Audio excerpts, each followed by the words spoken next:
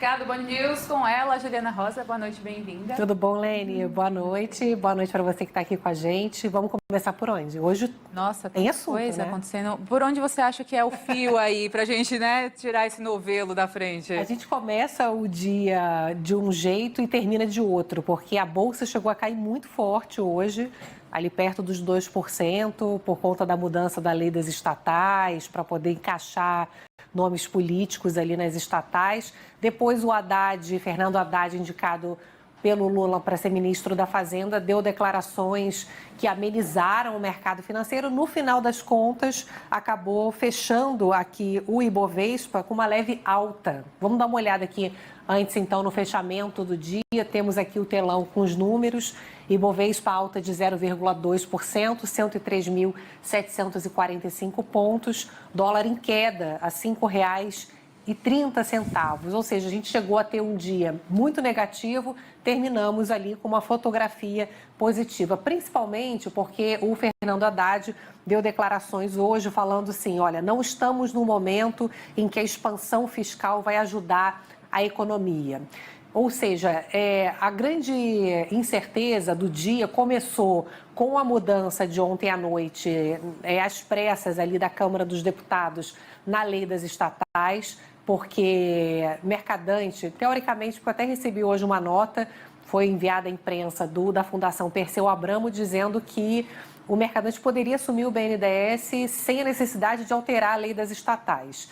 De qualquer maneira, o motivo que teria levado à mudança nas regras era para acomodar o Mercadante nesse cargo, porque ele estaria envolvido na campanha e a Fundação Perseu Abramo, que é uma fundação que apoia o PT nas ideias ali, nos estudos econômicos, não estaria ligada diretamente à campanha. Enfim, tem aí uma interpretação. De qualquer maneira, a mudança na lei das estatais abriu um espaço para indicações políticas não só no BNDES, mas na Petrobras, no Banco do Brasil, enfim, em outras áreas ali. Tanto é que as ações da Petrobras tiveram uma queda forte, hoje chegaram a cair 10% e as ações também do Banco Central tiveram aqui um desempenho bastante ruim. Agora, a gente tem aqui no fechamento, olha só, os números mostram que o dia acabou sendo menos negativo. Estou aqui acompanhando os últimos números aqui do fechamento, onde a gente tem um fechamento aqui que, olha só, as ações do Banco do Brasil, eu estava procurando o número certinho, queda de 2,48. As ações da Petrobras, ainda assim, acabaram fechando 9,8 de queda ON, os papéis ON, e a Petrobras PN 7,93. Então, essa questão das estatais pesou e o que acabou amenizando como um todo foi a fala aí do Haddad sobre responsabilidade com as contas. Agora, a gente tem uma dúvida em relação a como é que vai se dar essa responsabilidade, já que se teme uma mudança na agenda econômica, mais voltada para o Estado como indutor da economia, com os perfis que foram anunciados ali na equipe econômica, uma economia heterodoxa, e aí se teme tanto com o perfil ali de estímulo a mais gasto público, né? E o desafio de compensar isso de alguma maneira que não está claro como é que vai ser, se aumentando imposto, cortando gasto, e o lado de estímulo ao crédito, que foi o que aconteceu com os bancos públicos no governo Dilma e que teve um resultado ruim para a economia como um todo. Bom, vamos falar um pouquinho como é que está aí o ambiente econômico, porque tem PEC à espera aí de um acordo para a votação da PEC na Câmara, tem o Supremo Tribunal Federal votando o orçamento secreto, então o ambiente também está tensionado ali no Congresso. A gente vai conversar agora com o Rafael Cortez, que é analista político da Tendências Consultoria. Rafael, boa noite para você, é sempre um prazer conversar com você e quero que você nos ajude a entender um pouco esse ambiente político que hoje, principalmente nesse momento, difícil desassociar uma coisa com a outra, né? Eu queria começar primeiro falando sobre a questão da mudança na lei das estatais, que foi o que provocou um tumulto hoje no mercado financeiro desde cedo. se abre um precedente, né, para indicações políticas, e aí recebi vários relatórios hoje mostrando que antes e depois da lei das estatais, o desempenho das companhias melhorou muito depois da lei, com uma gestão mais profissional da Petrobras, do Banco do Brasil. Então, explica um pouco para a gente como é que se deu, Rafa, essa aprovação rápida ali da Câmara em torno dessa mudança da lei das estatais. Bom dia, Juliana, Helene, todo mundo que está ouvindo a Band News. É um prazer estar com vocês mais uma vez. Esse é o grande mistério, né, Ju?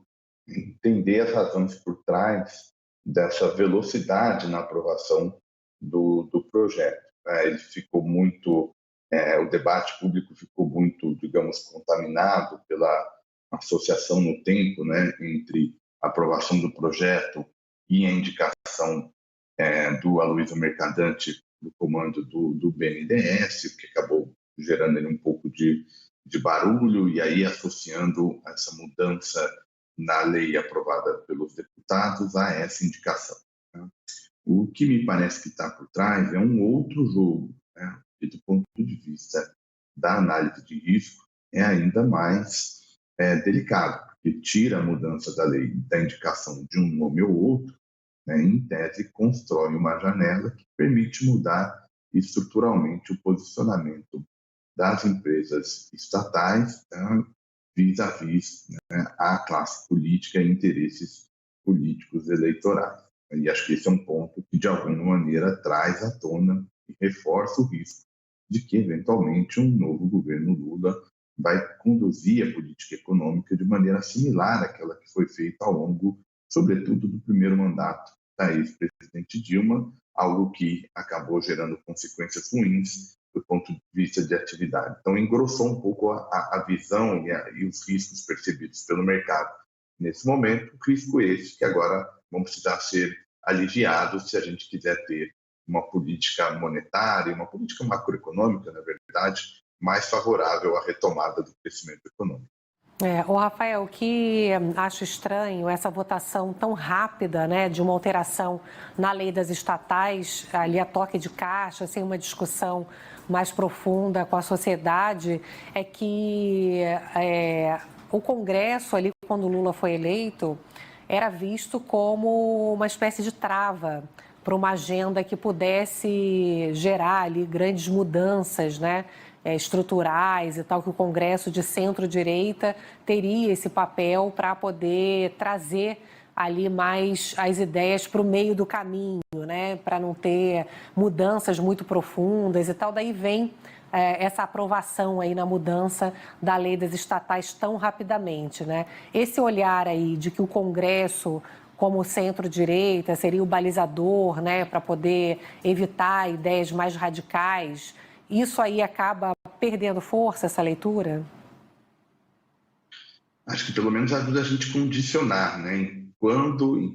Sob que condições, de fato, as casas legislativas vão ser um contraponto aos interesses do Poder Executivo, que, ao fim e ao cabo, determina e conduz a política econômica.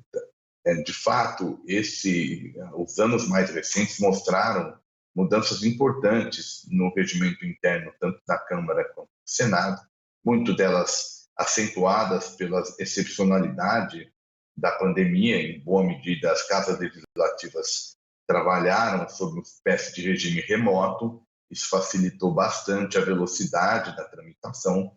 A gente não viu só agora com o projeto de lei, a gente tem visto essa velocidade na tramitação, inclusive quando se trata de emenda constitucional, né? A própria PEC da transição vai passar por um rito também muito mais acelerado do que aquele rito que, quando a gente olha formalmente no regimento, a gente encontraria obstáculos maiores. Então, sim, é verdade que a gente precisa condicionar essa leitura de que há uma contraposição capaz de minimizar riscos. E o ponto fundamental é que, nesse caso, parece haver um alinhamento entre o Poder Executivo, pelo menos o governo eleito, e a maioria legislativa, que é basicamente essa centro-direita que você mencionou. E aí, nesses casos, quando há um alinhamento de interesses, não vai haver certamente esse balanceamento, até por uma condição lógica. Quando dois atores querem a mesma coisa, a tendência é a aprovação. Fica só, naturalmente, os efeitos nos mercados, os efeitos na sociedade civil, enfim, ou os barulhos que geram para além das instituições representativas. Então, ajuda a gente a condicionar em que casos efetivamente a gente vai existir um contrabalanceamento de agendas eventualmente heterodoxas que seriam minimizadas pela Câmara e pelo Senado. O que eu acho que é importante aqui, Ju, e aí eu termino a análise dessa pergunta, se você me permitir estender um pouquinho. Não se trata de imaginar que a Câmara e o Senado são os guardiões da lei de responsabilidade fiscal ou de uma ideia de responsabilidade fiscal. A ideia é que a concorrência entre os partidos acabem limitando um pouco o nível que essas medidas vão ser aprovadas. O episódio de ontem chama atenção, põe um sinal amarelo nesse raciocínio e serve de alerta aí para quem faz análise de risco. O Rafael, a gente tem aí a PEC ainda aguardando o desfecho final na Câmara dos Deputados. Uma questão que está causando ali também dificuldade de aprovação da PEC é o julgamento que está tendo agora no Supremo Tribunal Federal.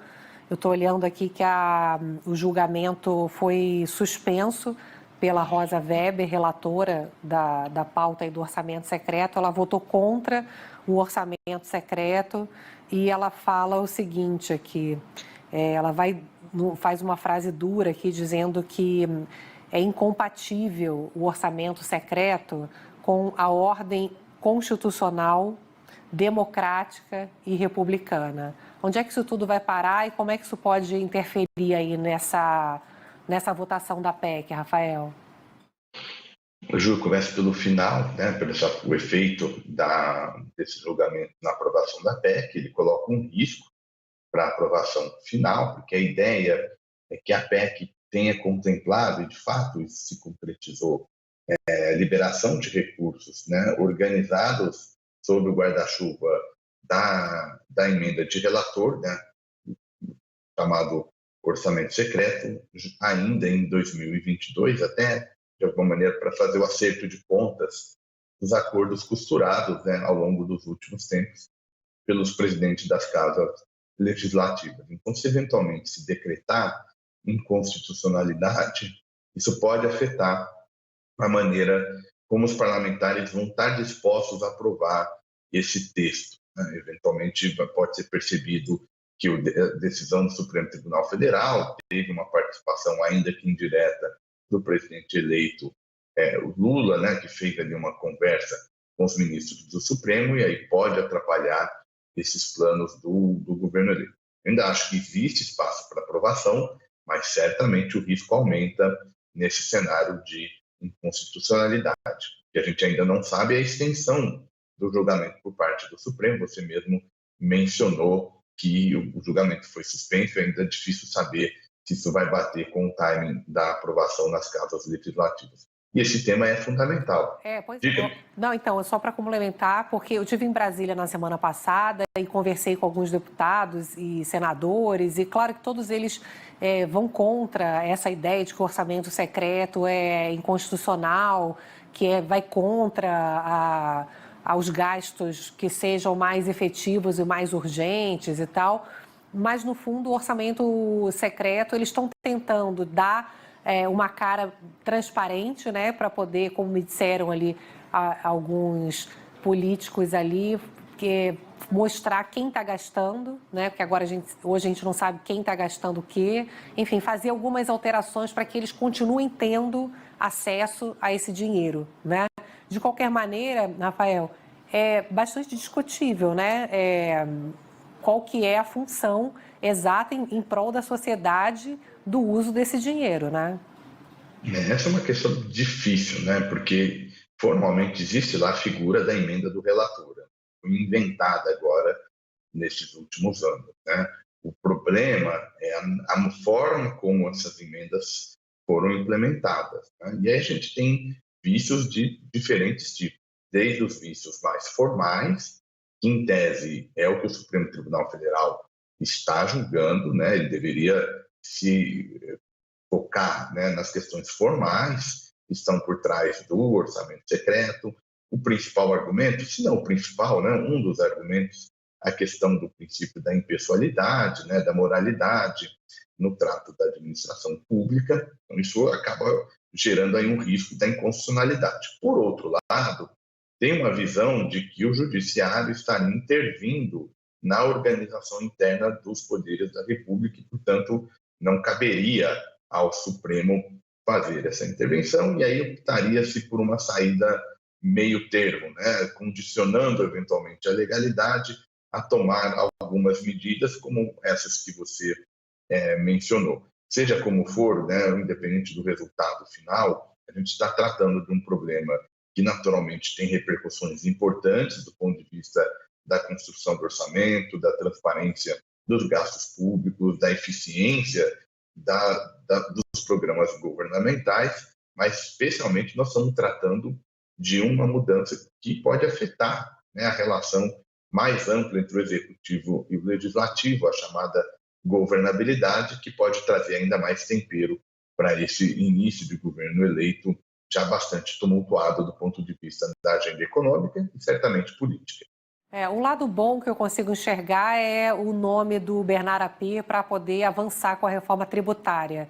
Qual que é a chance, Rafael, que você vê de avanço dessa pauta?